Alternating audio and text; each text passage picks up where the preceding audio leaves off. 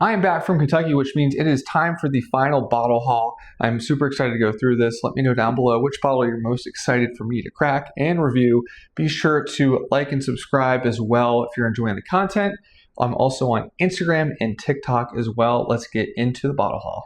All right, so first things first, just a couple little trinkets I got included with my whole shebang. Got some stickers, a little Pursuit United notebook, and then a Mellow Moments little tasting notebook, which is pretty cool. Being excited to use that. Then I got some glassware that includes the Pursuit United sunglass that I did the whole shebang with, Wild Turkey shot glass that I did my cheese gold foil pour with, and then a Buffalo Trace rocks glass that was $5 with all names on it. So nice little trinkets there.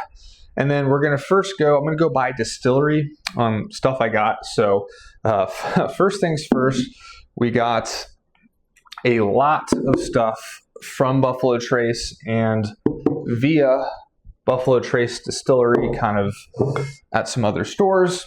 So last two right here. So as you can see, got 4 E.H. Taylor small batches and 4 regular Weller 107s, and then this one here is a pick from Cox's Spirit Shop, Evergreen Liquors. Just asked if it had any Weller on the back, and that's what the lady came out with. It was $70. So all the E.H. Taylors, I did get one of the E.H. Taylors from the bottle shop and tasting room right off Whiskey Row. Really awesome place. I'll go into more detail on that later.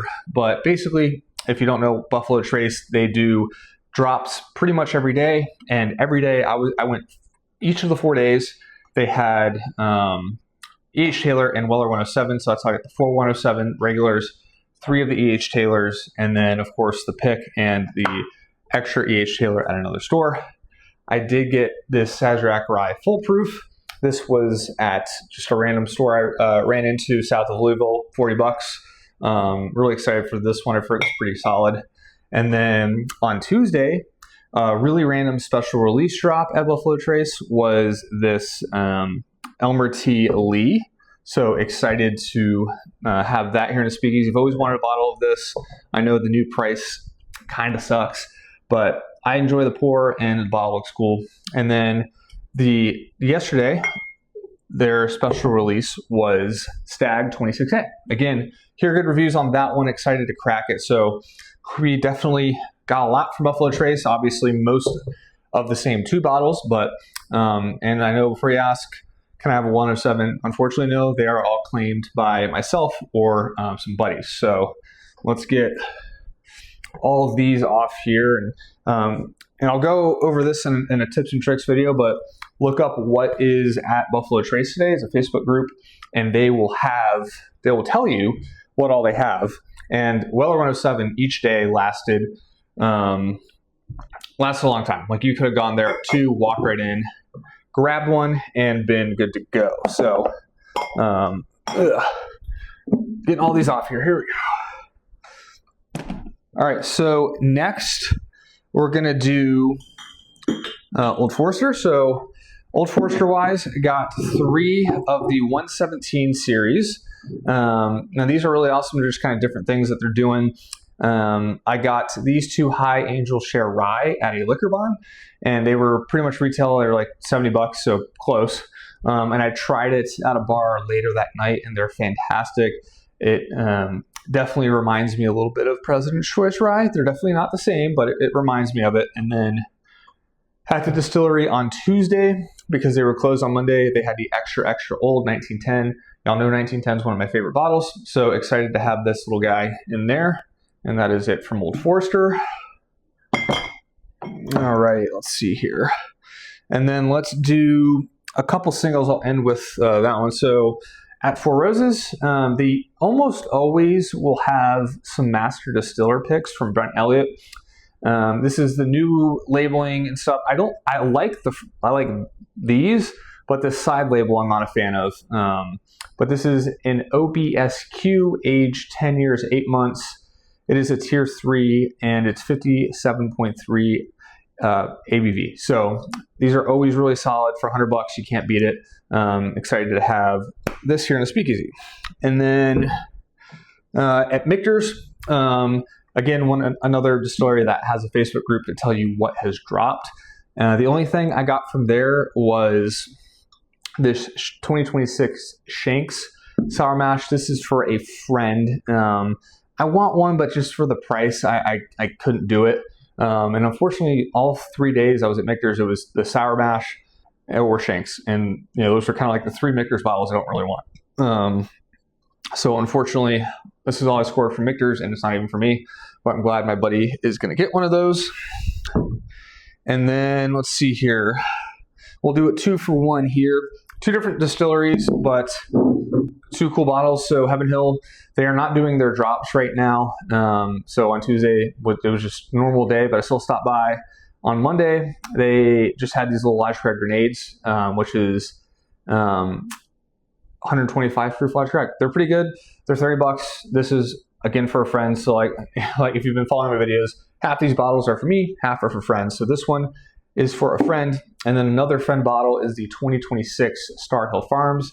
I found this at that same chain, Cox's Spirit Shop. It was like $108, $109 plus tax. So pretty much retail. So if you're in and around Kentucky, hit those Cox's Spirit Shops, and you might find a Star Hill Farm or 2. So awesome bottles to snag. And then we have the only Bardstown I got.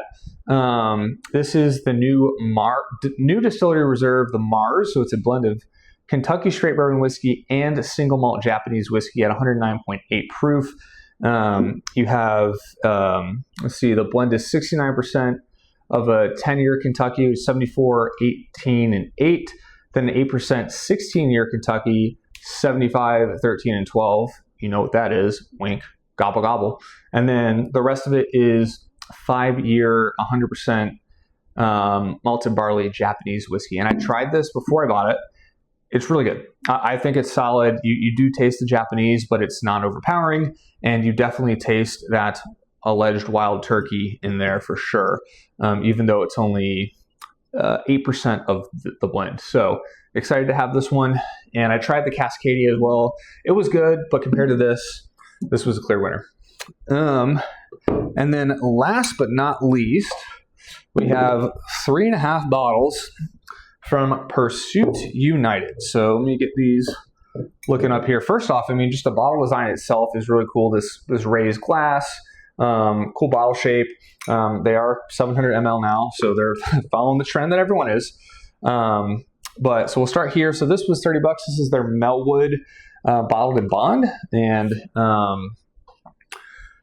yeah, I didn't try it, but for $30, a bottle in bond, I mean, I'm sure it's good. I've heard good things about this, so excited for that. And then got their triple mash rye at 108 proof, blend of 295.5 ryes and a barely legal rye from Sagamore.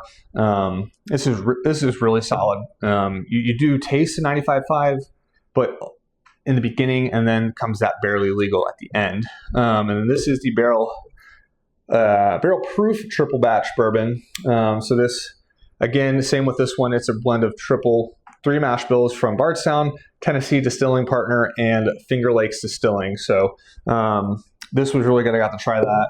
And then I did the whole shebang, as y'all might know. And so I got the bottle my own. I picked the triple mash bourbon at 108 proof. This was the one that was sitting in the Finger Lakes barrel, and I'll explain. I'm going to do a whole video on the whole shebang, so I'll go into more detail on that later. And then got my name, date, and I just put just for fun, because that's why I was in Kentucky, just for fun. So yeah, that is the overall bottle haul.